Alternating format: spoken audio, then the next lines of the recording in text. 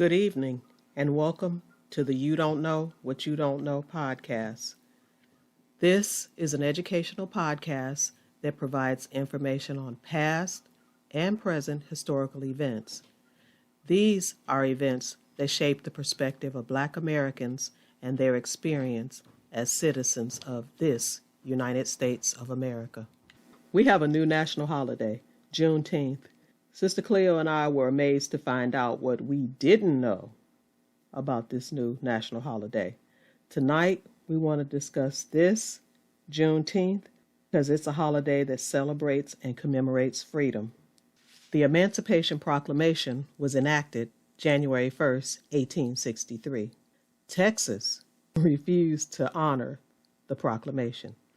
In 1865, 1,800 Union troops were sent to Texas to enforce the proclamation and free slaves. The amendment or enforcement to the Emancipation Proclamation was read on June 19, 1865 by Major General Gordon Granger. I'm General Gordon Granger of the Union Army, and I have been charged with delivering this message. General Order Number 3. The people are informed that in accordance with a proclamation from the executives of the United States, all slaves are free. This involves an absolute equality of personal rights and the rights of property between former masters and slaves, and the connection heretofore existing between them become that between employer and hired labor. The freed are advised to remain at their present homes and work for wages. They are informed that they will not be allowed to collect at military posts, and they will not be supported in idleness either there or elsewhere. So let's talk about it. Let's talk about this proclamation, this general order, and what this meant for Blacks, Negroes, U.S. citizens in 1865. So in celebration of the fact that the President Biden passed a law making Juneteenth a national holiday, and this is February Black History Month, I wanted to talk about Juneteenth so we would know why it's made a national holiday, and more importantly, what it is and where it came from. Because this is a holiday back from 1865, and it's just now being made into a national holiday. We need to talk about that. Juneteenth was an offshoot of the Emancipation Proclamation because Abraham Lincoln issued the Emancipation Proclamation on January 1st, 1863. But Juneteenth is not until June 19th, 1865, which is 2.5 years later. And that's the part we need to talk about. What did we need with the Emancipation Proclamation, and what did we need with a general order, and what was it? Abraham Lincoln issued the Emancipation Proclamation on January 1, 1863. What was it, and what was it supposed to do? Well, actually, Abraham Lincoln issued the Emancipation Proclamation twice. The first time he issued it was September 22nd, 1862, and he issued it because he was trying to get the southern states to end the rebellion.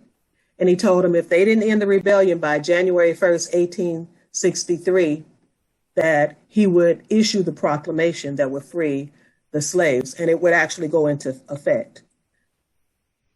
People think that the Civil War was about freeing the slaves. That's not what the Civil War was. The Civil War was about preserving the Union. Abraham Lincoln wanted to preserve the Union that he was the president over, and his motto was preserve the Union at all costs. As a matter of fact, in an August 1862 letter to the New York Tribune editor Horace Greeley, Lincoln confessed, "My paramount objective in this struggle is to save the Union, and it is not to either save or destroy slavery." The intent was not to end slavery. So when the Confederacy didn't yield and end the rebellion, Lincoln issued the second Emancipation Proclamation, and that was the one that was issued on January 1st, 1863. That's the one that became famous that we know all about. Okay. So it's good to know that, because it's amazing how many people think that Lincoln was fighting to get rid of slavery, when really he didn't want to get rid of it. No, I think he eventually had a change of heart, but that wasn't the main objective, and that's not why the Civil War was fought. Mm-hmm. Yeah. Did the 1863 proclamation free all slaves? So the Emancipation Proclamation only applied to those slaves in southern states that were in the rebellion, which meant it did not free very many slaves.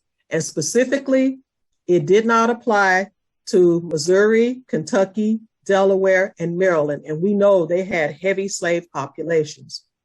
The proclamation was never intended to free all slaves. Lincoln wanted to free southern slaves so that they would flee and go up north. The proclamation, it allowed blacks to join the army. What Lincoln wanted was for the Union Army to grow, because the blacks ran off the plantations to the Union Army, and he wanted to increase the number of officers in the Union Army so he could outnumber the Confederates.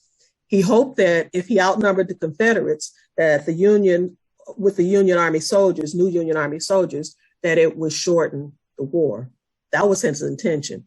So the proclamation freed few slaves, but what it did do was it led to the proposal and ratification of the 13th Amendment to the Constitution. The 13th Amendment to the Constitution abolished slavery. Okay. And I tell you, it's so much about this that people don't know, including me.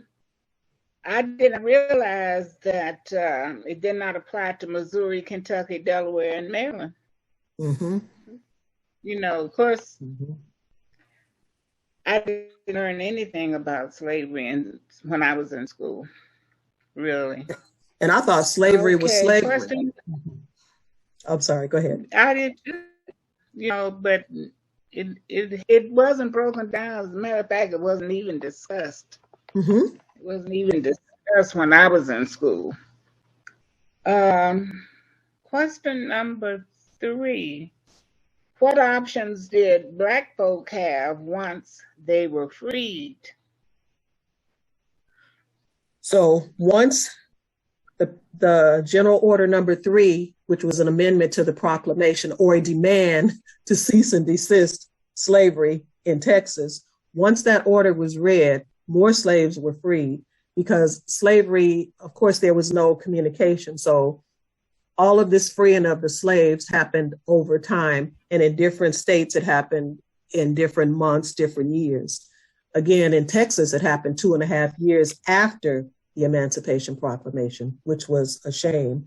But one thing we have to remember is during slavery, we had over 4 million slaves. Once they freed all the slaves, now you have 4 million people that have nowhere to live, they have no way to earn a living, and they have no money, and they have nowhere to go. They can go and try to find family, but they don't really have, and that would be other freed slaves, which would mean nowhere to go or anything.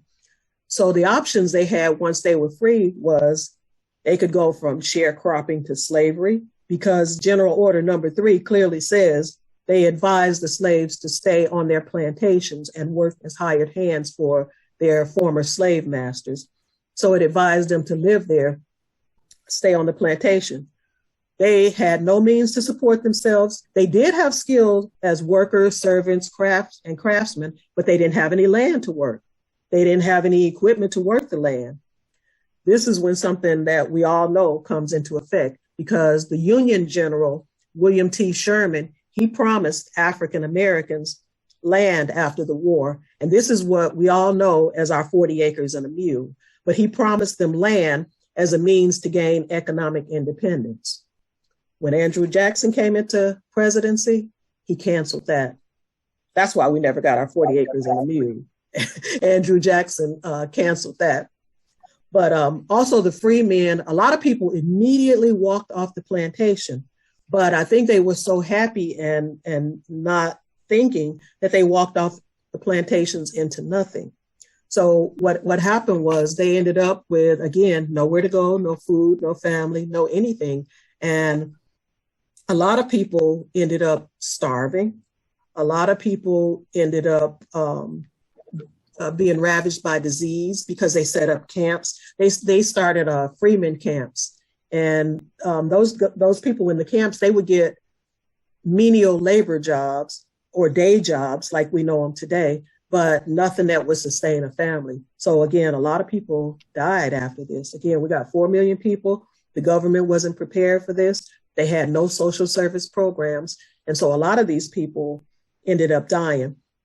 Now I need to go back to sharecropping for a minute, because what I need to make clear is sharecropping was, I called it another form of slavery, because the slaves were given contracts. Now you got all these slaves that were forbidden to read or write. So they're given contracts. They really don't even know what the contracts say, but they do understand that in exchange for working the land and sharing the crop with the plantation owner, they get housing, they get tools, and they get seeds.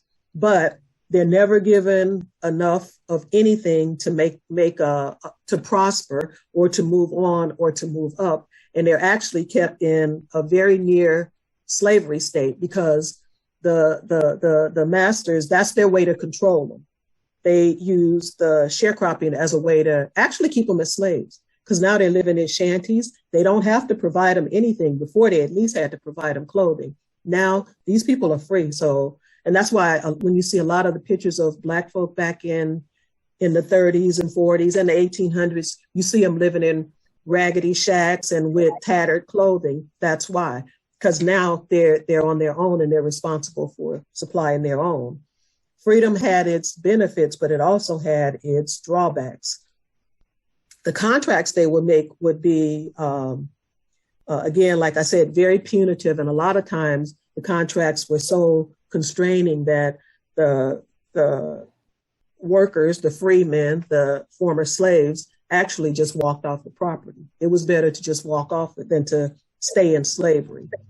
So, like I said, they would charge them exorbitant fees for the supplies, exorbitant fee for the tools. The houses they lived in were less than substandard. And they were not allowed to keep, say, if you grew cotton, the cotton seeds, they were not allowed to keep the seeds so that they could propagate and use them for the next year. They had to turn in all the seeds and buy seeds again every year, which of course, that was another way to keep them in debt. So the sharecropping was again, another form of slavery. So they could sharecrop, they could leave this plantation, go in search of their families, or like I said, many, many, many people died from starvation, disease, and other plights. So there were a lot of people that actually celebrated Juneteenth. There were a lot of people that did have property. There were a lot of people that did have masters or former plantation owners that were fair with them. And also a lot of people went west and they were able to obtain land and sell their trades, because we did have a lot of good tradesmen back in that day. So Sister Cleo, I talked about the information about how Juneteenth started, what it was supposed to be, what it was supposed to mean. But now moving forward, it's a celebration of freedom. And a lot of people celebrate it. One of the things that I found was, again, because I mentioned that freedom came to different plantations, different cities, different states at different times based on our mail system, I guess, and when they found out and whether they wanted to honor the emancipation. But now today, and back in 1865 even, they celebrated the first Juneteenth was in 1866. And so they have different ways of celebrating. So maybe you can share, because I didn't know they had a flag, and so maybe you can share some information with us on Juneteenth and what is the meaning of the Juneteenth flag? Meaning of the Juneteenth flag is basically it commemorates the day that slavery ended in the United States. Now, in what year did Juneteenth become a federal holiday? On June 17, 2020, President Biden signed a bill passed by Congress to set aside Juneteenth or June 19th as a federal holiday. So who created the Juneteenth flag? The Juneteenth flag was created by a Black American named Ben Haith. And he is also the founder of the National Juneteenth Celebration Foundation. Oh, okay. So what colors are the flag and what do those colors symbolize? Okay, the colors represent the American flag. They're the same colors, which is a reminder that slaves and their descendants were, and they still are, Americans. The curve across the width of the flag represents a new horizon, saying that the opportunities and promise that lay ahead for Black Americans after they were free. The white star in the center of the flag has a dual meaning, representing Texas, the Lone Star State. It was in Galveston, Texas in 1865, where Union soldiers informed the country's last remaining slaves that the Civil War was over and they were free. Haith said the star also goes beyond Texas, representing the freedom of African Americans in all 50 states. Now, the bursting outline around the star is inspired by a nova or new star, according to astronomy, representing a new beginning for all African Americans.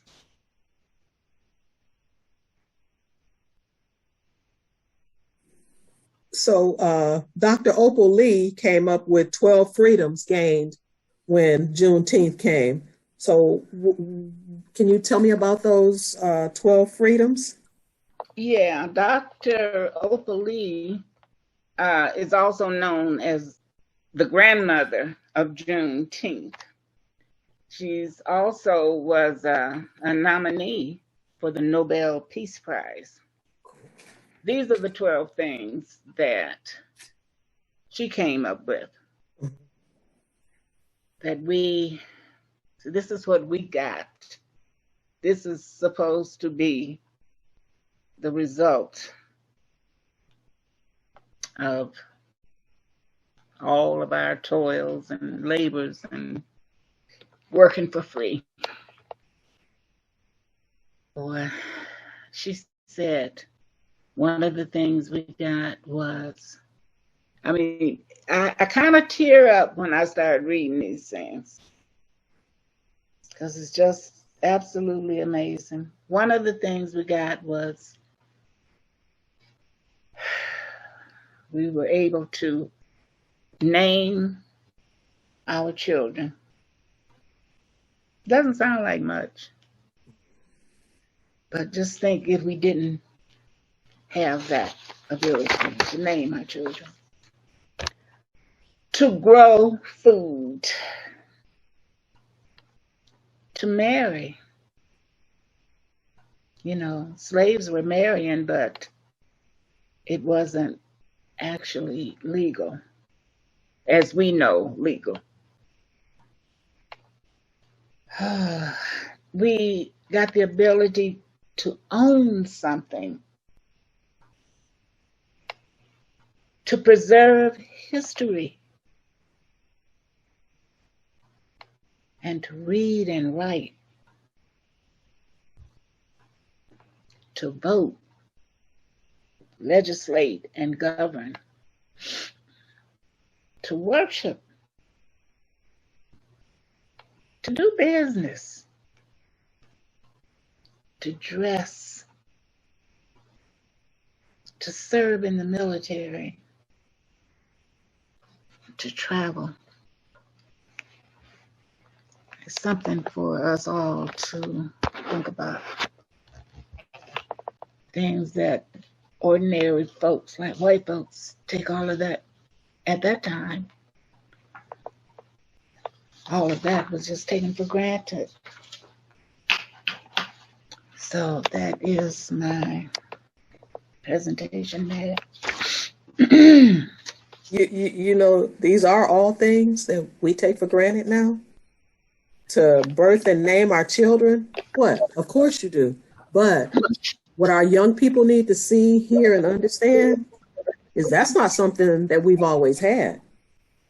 That's something that you should cherish and, you know, you should do with pride. And like you said, to read or write, all these things are just basic human rights. And I don't understand how people could not have those rights, but we didn't. And we are people. Yeah, we are people. But my takeaway from this is I did learn a lot of stuff about our people, myself. Like you said, we thought we knew a lot of stuff. And I love the name of our podcast because I thought I knew the Emancipation Proclamation freed the slaves, period. I know there's something about the 13th Amendment, wasn't sure what that was, but this has given me a new understanding of the fact that I don't know. and we need to take more interest, and we need to take more interest in finding out our history instead of listening to Bob tell Bill, tell Rob, tell me, because it gets diluted and it gets missed. And everything we want to know, everything we need to know, it's written. It's in a book. Just pick it up, read it, and look at it. This Juneteenth thing, you know, one of the things, and I want to say this, the biggest thing that I didn't understand was I was so happy to hear that the slaves were freed, but free to do what? It's like after you finish celebrating, free to do what? Because as soon as they were freed, white folks clamped down on them just as hard as ever. And they were darn near slaves. I was reading one gentleman, he was telling his son, I'm free, but I'm scared to be free. I'm scared to celebrate my freedom. Because I don't know what that means. I don't know what's going to happen to me. I don't know what happens if I try to celebrate my freedom. Am I going to die? I mean, it was, I can just see where our people were really torn back in that time, because you're happy you're free, but you don't have a dime. You don't even know where you are, because you've never been off the plantation, unless you happen to be the wagon driver and you would take the master and his kids or his mama or whoever, take them someplace. Otherwise, you don't even know where you are. I just think that was one of the cruelest things that they could have done to us. Set you free, don't give you any money, no guidance, you know, except to tell you, well, you can continue to stay on the plantation and work for pennies. That's basically what it boiled down to. You're welcome to do that. We know we got to pay you. What did you pay them? Whatever they wanted to and knew that it wasn't enough. And those that sharecropped at the end of the cotton picking season, you owe him. Mm-hmm. Yep. You think you're going to get money? You owe him. Mm-hmm. It's just heartbreaking. It's really, and really we have, behind that kind of background, I think we've come a long ways, but it's not as far as could have come had you paid us, giving us land, giving us the mule. So, and back then that meant something.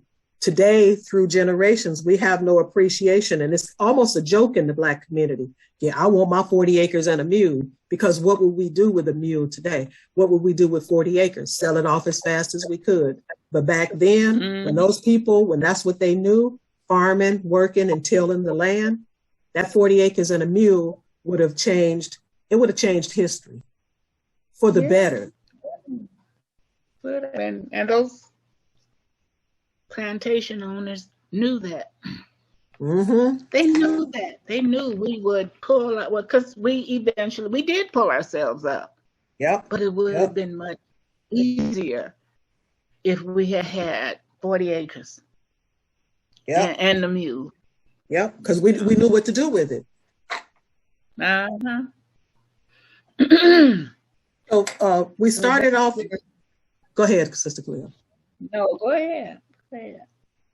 Oh, no, I was going to say we started off with General Order Number 3, and I just wanted to read General Order Number 3 again so that we can be clear on what it says and the language of General Order Number 3. So Major General Gordon Granger read General Order Number 3, and General Order Number 3 states, the people of Texas are informed that in accordance with a proclamation from the Executive of the United States, all slaves are free. This involves an absolute equality of personal rights and rights of property between former masters and slaves, and the connection heretofore existing between them becomes that between employer and hired labor. The freedmen are advised to remain quietly at their present homes and work for wages. They are informed that they will not be allowed to collect at military posts, and they will not be supported in idleness either there or elsewhere. So they freed them and advised that they stay where they were, and you can't come to the post for help. You can't go anywhere else for help. So you might as well stay where you are and work as a sharecropper. Or they hadn't called it sharecropper back then. But they were freed, but not given much freedom. Yeah. I tell you, it's I think it just shows how resilient we really are. Mm-hmm. We came through that. We can come through anything. We really can. Constantly being stomped in the mud. Yeah, and all of these people complaining about we shouldn't be talking about reparations. I want to know why not. Mm-hmm. Why not? Mm-hmm. Because these United States, they have paid reparations to who they wanted to pay to. Let's say 5 years in those internment camps in California. We're talking hundreds of years, and you get nothing. You get nothing, and they letting you know you're getting nothing. Mm-hmm. They're not playing. They're letting you know you're not getting anything. Absolutely. I was reading a quote on Facebook the other day, and I thought it was pretty profound. So the quote is something like, because I don't have the quote with me, the problem with slavery is that it is taught as Black history not white history. That should be taught as white history because that's their history. That's not our history. That's their history. And they should have to live with what that means. We keep trying to shoulder that burden. That's not our burden. That's their burden. Right. And that's why they try to deny it and don't want to talk about it. And we get back to that and brush it under the rug and stuff because that's their history. It's just really amazing. It's amazing. I was thinking the other day, here I am, an old lady now. And I remember, I didn't stay in the South too long, but I think, well, I'm pretty sure I was there until probably I was 6 years old. But I remember the celebrations. But I'm telling you, I never knew what we were celebrating. They never mentioned slavery. Not one time. Not one time. My grandfather would barbecue and he would have a whole hole in the ground and throw bed springs over it, kill a couple of goats, barbecue them. People come from all around. Even though I was young, but I'm telling you, they never mentioned slavery. But that would spoil the whole event. Huh? I said that would spoil the whole event, mentioning slavery. So, but at least, why are you celebrating? Because we trying to forget. Hey, we trying to forget. And I know that because that was my great grandfather. Now, his father was free, but his father's father was a slave, from what I've been told. I don't know. I don't know if they got it right or not. But were they scared to talk about slavery? I think so. I mean, that's the boogeyman. Yeah. But I really would have been talking about it. I mean, what's the purpose of, and that's what they call the holiday Juneteenth. It wasn't a holiday then, but it was a holiday for the people, the Black people down in the country where we were. It was a big holiday. Why would you want to talk about, here's my thing. That time when I was at school and I got pushed down the stairs and I went all the way down the flight of stairs. I don't want to talk about that. That's a horrible time in my life. I don't want to talk about that because the whole school saw me go down the stairs. And about that, I can't believe I'm talking about it now. But that was traumatic. And can you imagine? I'm talking about something as small as the stairs. These people are talking about generational torture. So no, I wouldn't talk about it. All you can do is get mad and get hurt and, feel low. I mean, there's no joy in talking about it. And I guess all the older people, they knew why it was, it was a day to celebrate. They just would talk about it. They knew how. I tell you. Whew. That was probably the only day. We got one day when we can be free, and that's Juneteenth. Because if you think about it, back then when they were celebrating it, they were still living through Jim Crow and, right out, and what do they call it? The Reconstruction. They were still living through all of that. And the KKK. During that time, during that time, what I can remember is walking home from school. And we had to walk home. Oh, this is after we left the country and moved into what was supposed to be the city. But anyway, we had to go home by way of the railroad tracks. So we're walking home by the railroad tracks one afternoon, and 2 or 3 white boys were we had to go down a hill, and at the bottom of the hill was the 2 or 3 white boys standing. with bow and arrows. Big Oh, boys. shoot. They must have been high school boys or something. We Mm-hmm. were elementary kids. And so they started shooting bow and arrows. And one boy, matter of fact, he was the local preacher's son, shot his eye out. See? Shot it out. So it was either the next day, I guess, that the parents got together Mm-hmm. and went to this boy's house. Mm-hmm. And this boy's daddy came to the door. And my grandmother reported this to me because I didn't go. Mm-hmm. She went and some other people. Said the man opened the door. They told him what happened. And he said, well, he didn't kill him, did he? And slammed the door. And that was the end of that. That was it. Nothing done. Mm-hmm. Nothing done.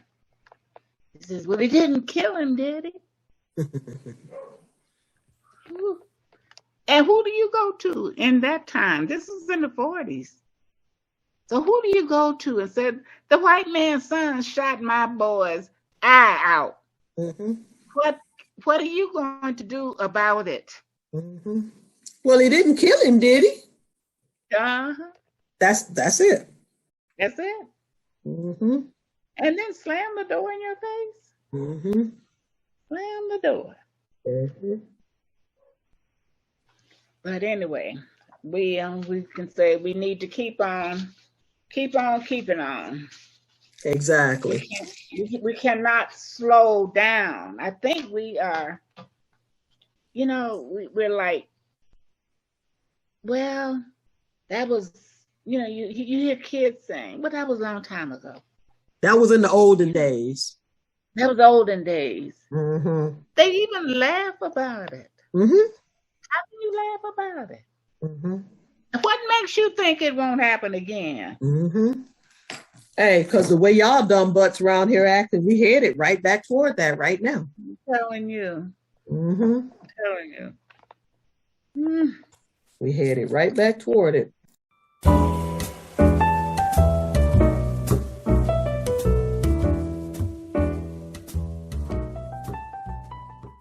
All right, folks. We shared with you what Juneteenth is, where it came from, what it is. Now, going forward, June 2022, check our link below. We've listed a couple of Juneteenth celebrations in and around the United States. Take care, be safe, and see you soon. As always, thank you, Ben Sound, for jazz piano.